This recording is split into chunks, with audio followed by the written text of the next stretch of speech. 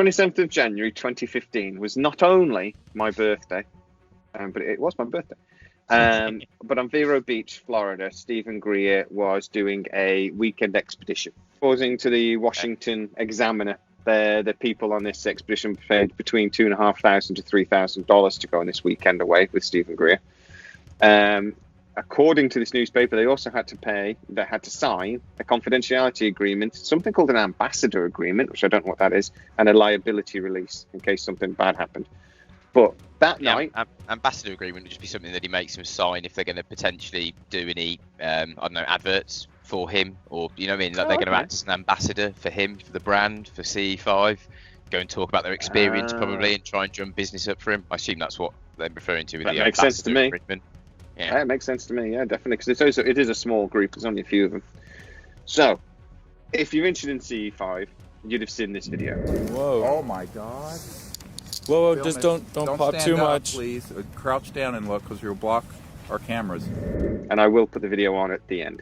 But at 9:10 that evening, 2 UFOs arrived after invitation. They were bright orange. You see them appear right on out in the ocean, right on the horizon. On the horizon. Yeah, very bright, very beautiful, and it almost looks like the sun at first. Oh, those behind me may move and stand up, because okay, that you see that color? Yeah, that's not a plane. No, oh no. no, that's a So ship. let's thank them for coming. I actually saw just an image of it. And my first thought was, well, that's just somebody's photoshopped it sort of thing. They've took the sunset and they've just doubled it, imaged it sort of thing. Yeah, it could look a bit like that, yeah. But actually watching the video, that's not it. That was just what I thought at the time. So one appears, and then a second one appeared a few seconds later to the left of it. Oh, whoa. They're moving potentially very slowly. And the whole encounter lasts... like 5 minutes. It's an amazing encounter of genuine. What's your instinct about it now? Before I start ripping it apart and complaining why I think it's all nonsense. You know, like I said in I suppose in a previous one about Mr. Greer, and I think that generally I think his intentions are good, and that his whole career has been focused towards this from his near-death experience that he had, wasn't it, and also combined with this extraterrestrial experience that he had when he was younger. He gave away his career in medicine to pursue this for the whole of his career. So I think generally his intentions are quite honest. Whether he's been at a CE5 event and they've attempted to contact extraterrestrial beings and nothing, they're not appearing to have any luck, and then there's been some other unidentified aerial phenomenon that's happened to have occurred in that area at that time, whether he's then taken advantage of that to his benefit to make it seem as though they had summoned extraterrestrial presence, and it then appeared, makes obviously his brand and his business seem a lot better. So first of all, very early on in the event, you hear Greer telling this Charles guy, turn off your night vision, turn off your infrared. No, that's a so ship. Let's thank them for coming. Wow, and it's above the sea level. Please turn off your night scope, Charles. Tells him quite firmly, turn it off. He then, a little bit later in the video, talks about how he can see through his night vision that there is no smoke and no trail behind the lights. So he actually says these aren't flares. There's no smoke and there's no trail. I can see it through my infrared. Okay, there is still an object there. Very faint, I can see with the night scope. Right here. Yeah, that's where... Why did Charles have to turn his off? So it might be that Charles had an infrared night vision, which works by flooding the area with infrared, and then the camera can see that as you see night vision. It could be that Charles had to turn it off because of that, and Greer was using a different type of night vision. Or it could be that Charles was told to turn it off because he would be able to see that they were just flares using a low light, some kind of low light camera system. Using an infrared camera, yeah, obviously it'd be very very obvious if they were flares because of the heat signature in the infrared range on that camera. So either way, it's a bit worrying that he's telling one of the people that's there to turn off either a UV or an infrared camera, though, really, because either are probably useful in seeing things that are not visible or not visible in our visible light range, and either side of it in terms of the wavelength. So yeah. The other thing that concerns me is at one point Greer says they're keeping the same altitude. They're not descending. If they were flares, they'd be descending. They've stayed pretty much the same altitude, though. Wow. Let's invite them to come as close as they can.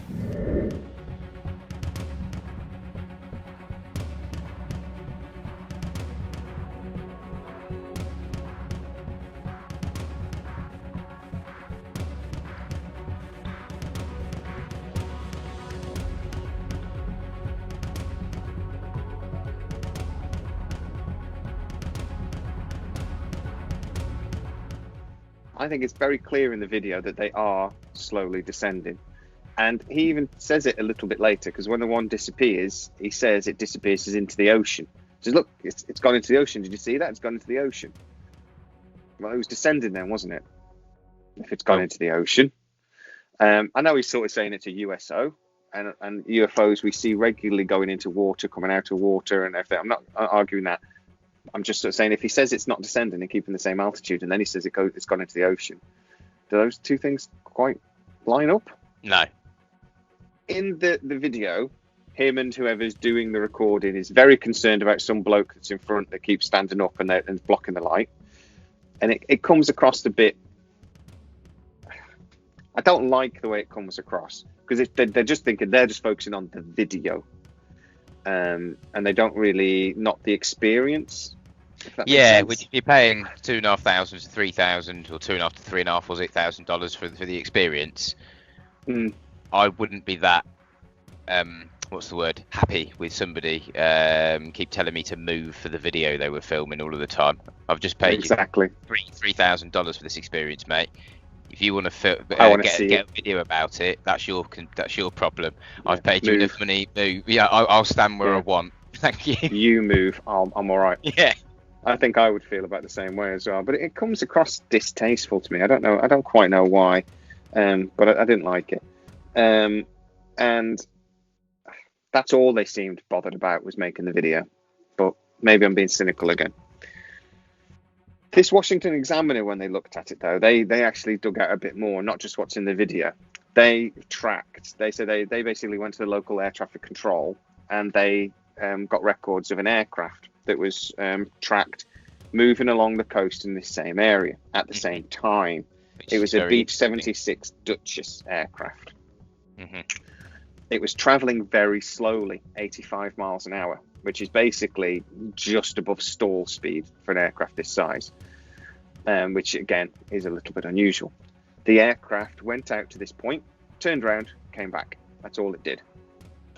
It's owned by a guy called Michael Cohen, and it's Ben Aviator Inc. And this is a company that has had a few money problems over the years.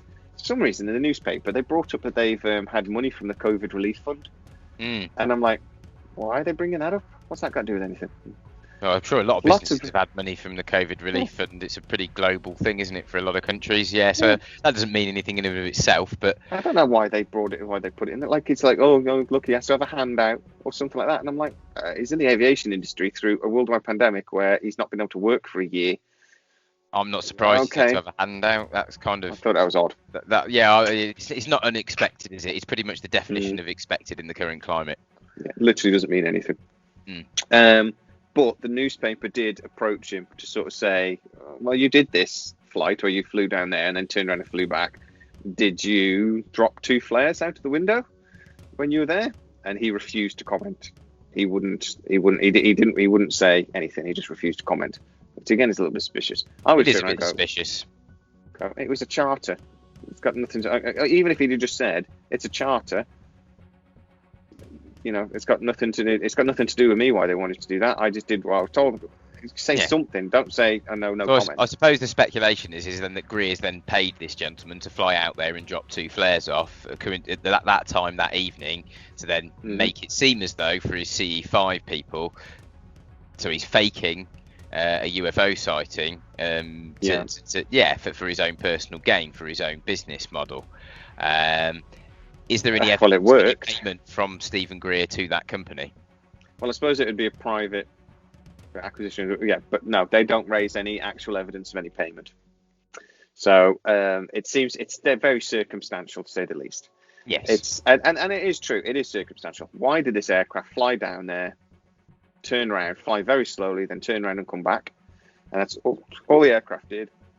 Greer was telling people to turn off technology that might have let them see the aircraft, or see that these were flares, or see the smoke from flares.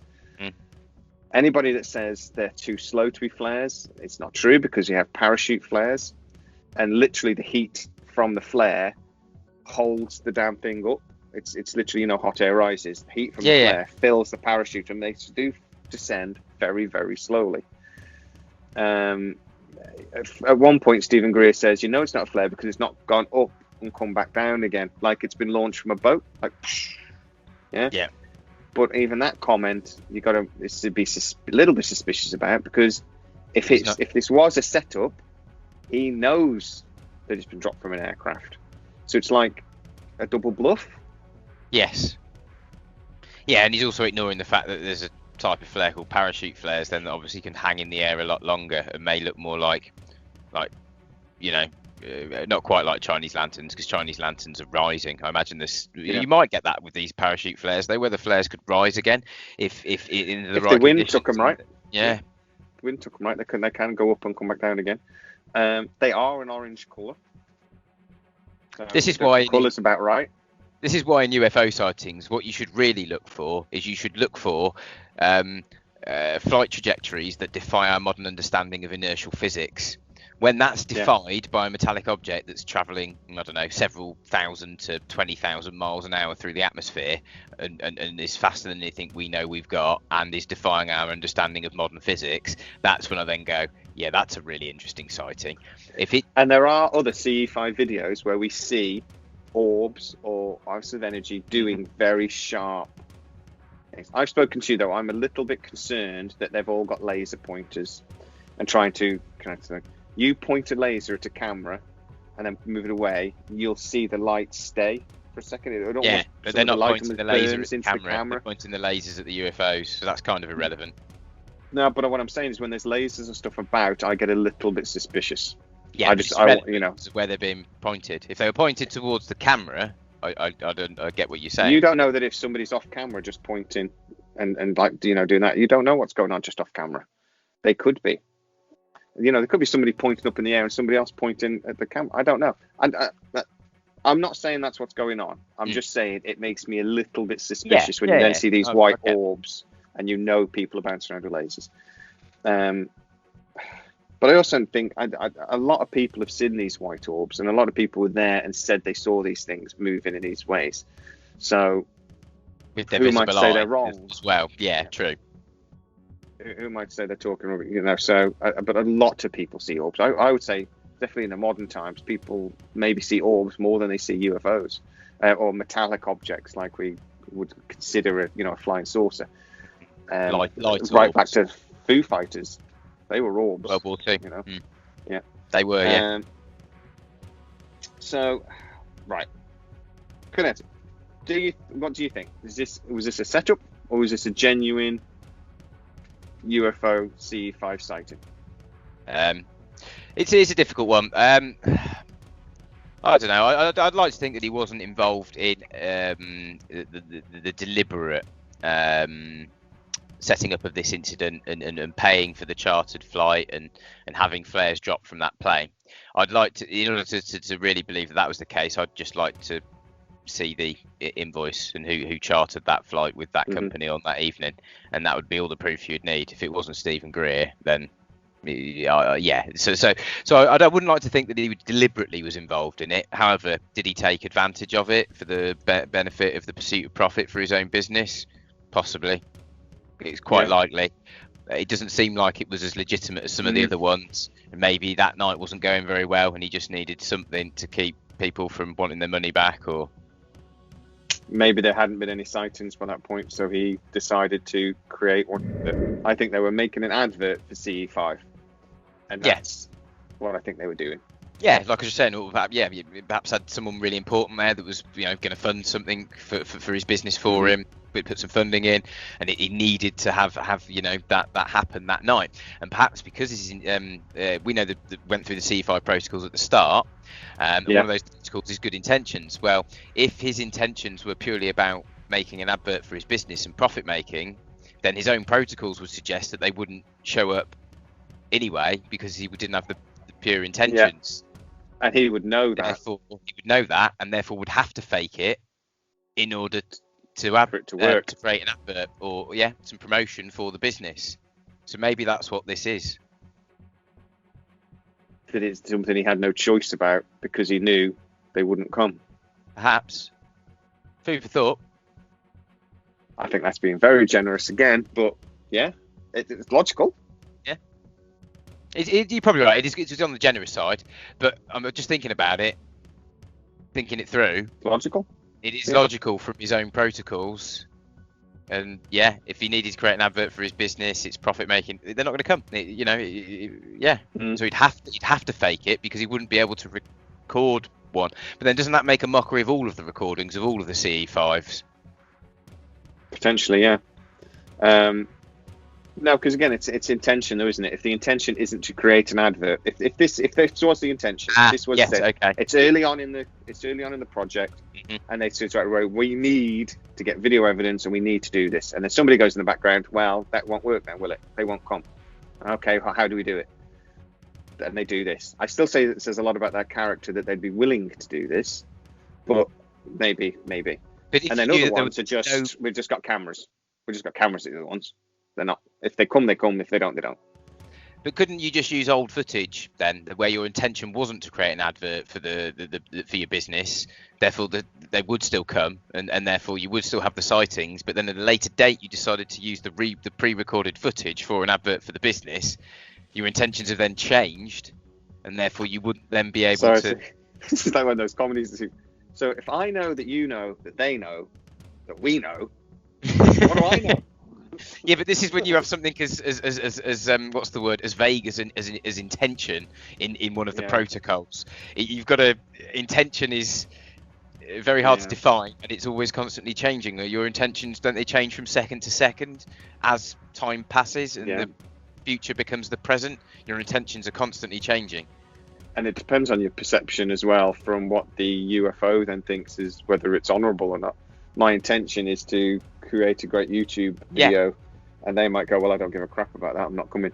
But if it is I want to prove that you exist to my people, so we elevate our consciousness, they might go, yeah, okay. I think if I was one of the people on that particular expedition, I'd be very interested in exploring legal action, because if there was an investigation, that is the only way we're going to get the invoice and find out who was flying that aircraft.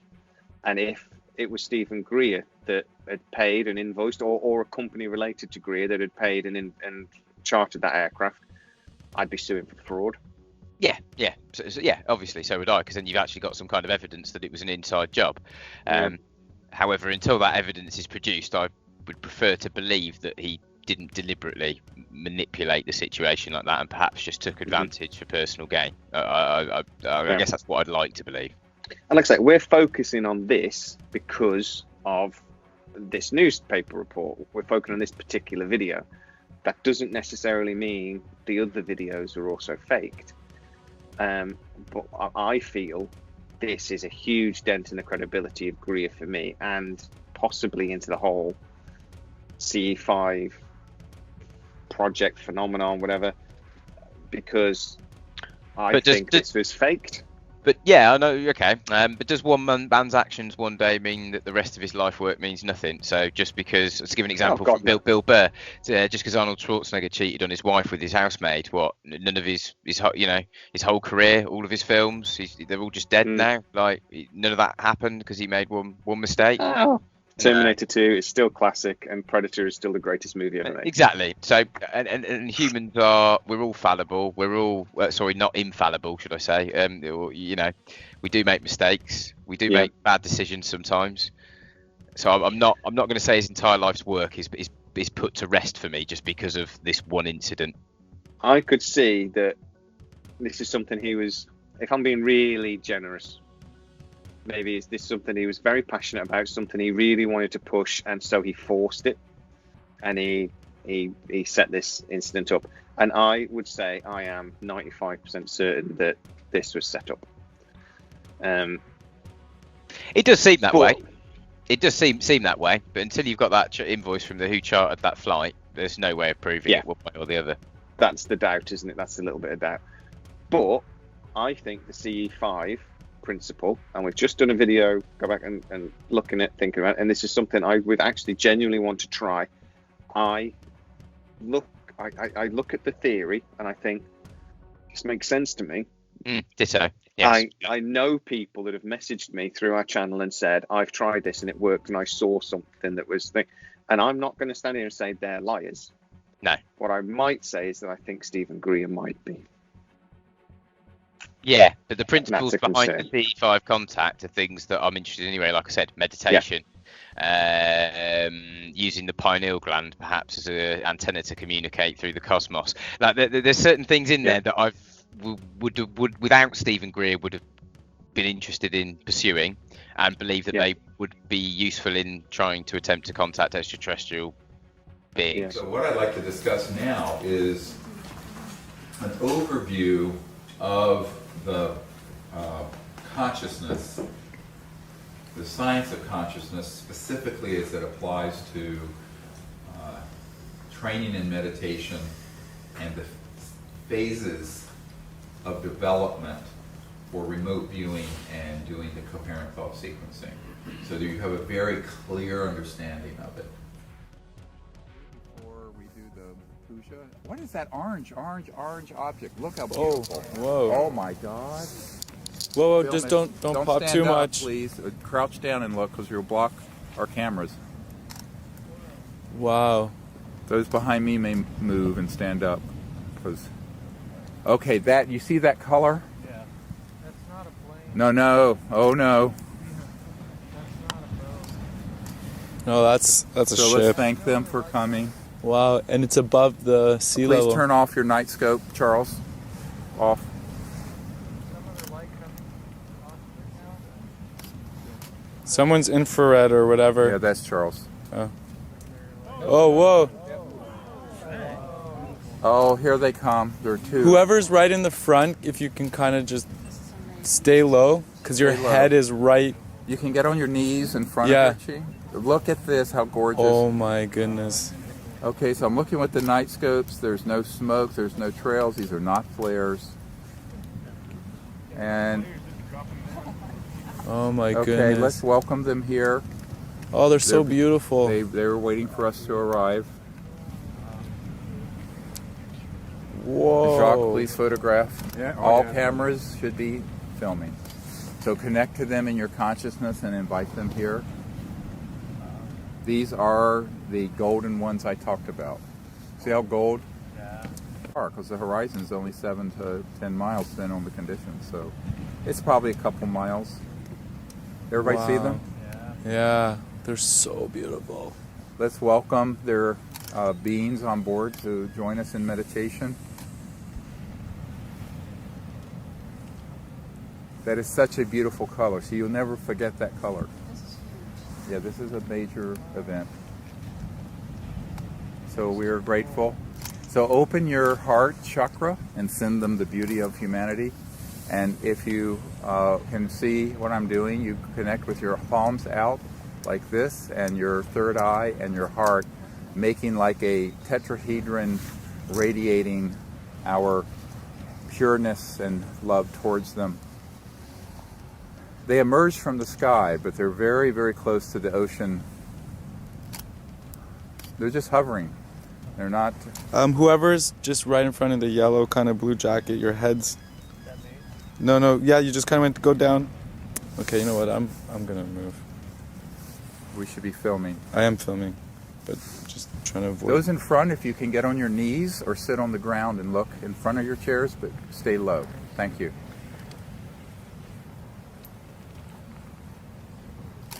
Just gonna reposition. You need a higher tripod. No, I can bring it high. I just don't want it. Well, don't wait, or you're going to lose it. Just Yeah. stay. Yeah, Just yeah, keep yeah. with it. There's not enough time for that.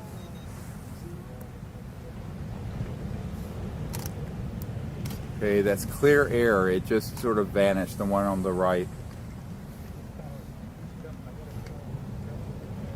They've stayed pretty much the same altitude, though. Wow. Let's invite them to come as close as they can. Safely. I need a time mark. Tim, time? 9:15. 9:15. So the mark time. 9:15. Oh, that's gone into the ocean. See what it did? Okay, there is still an object there. Very faint, I can see with the night scope. Right here. Yeah, that's where recording. Now, the way that you know that that's not like something like a flare. First of all, it didn't shoot up and then come down and didn't drop. And the first thing that has to be understood is the nature of awareness. So awareness is, as you're all listening to my voice, take just a moment to watch yourself listening. So as I'm speaking, just look at how it is that you're awake, listening and hearing my voice. What is that? You're conscious. You're awake. Okay, now subtract my voice, what you're seeing with your eyes, your thoughts, your perception of your body, your perception of your ego, your individuality. There's still awareness there. That's all it is. That's all it is. It's very zen. So you're awake, and it's really about becoming aware of awareness. Aircraft there. Not far, because the horizon's only 7 to 10 miles depending on the conditions. So it's probably a couple miles. Everybody see them? Yeah. Let's welcome that is such a beautiful color, so you'll never forget that color. Yeah, this is a major event. So we're grateful. So open your heart chakra and send them the beauty of humanity. And if you can see what I'm doing, you connect with your palms out like this, and your third eye and your heart, making like a tetrahedron, radiating our pureness and love towards them. They emerge from the sky, but they're very, very close to the ocean. They're just hovering. They're not... Whoever's just right in front of the yellow kind of blue jacket, your head's... Is that me? No, yeah, you just kind of... Those in front, if you can get on your knees or sit on the ground and look in front of your chairs, stay low. Thank you.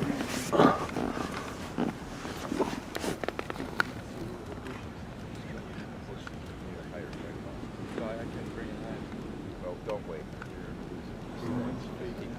One go away? No, they got together. Did they?